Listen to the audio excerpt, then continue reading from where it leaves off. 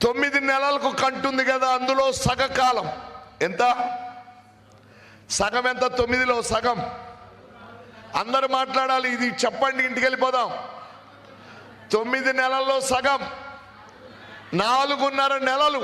గర్భము ధరించాక 4.5 నెలలు అయ్యాక ఆ పిండము తాలూకా ఆత్మ ఆమె గర్భము ధరించిన రోజునే భూమి అడుగు భాగాన పాతాళములో తయారవుతుంది.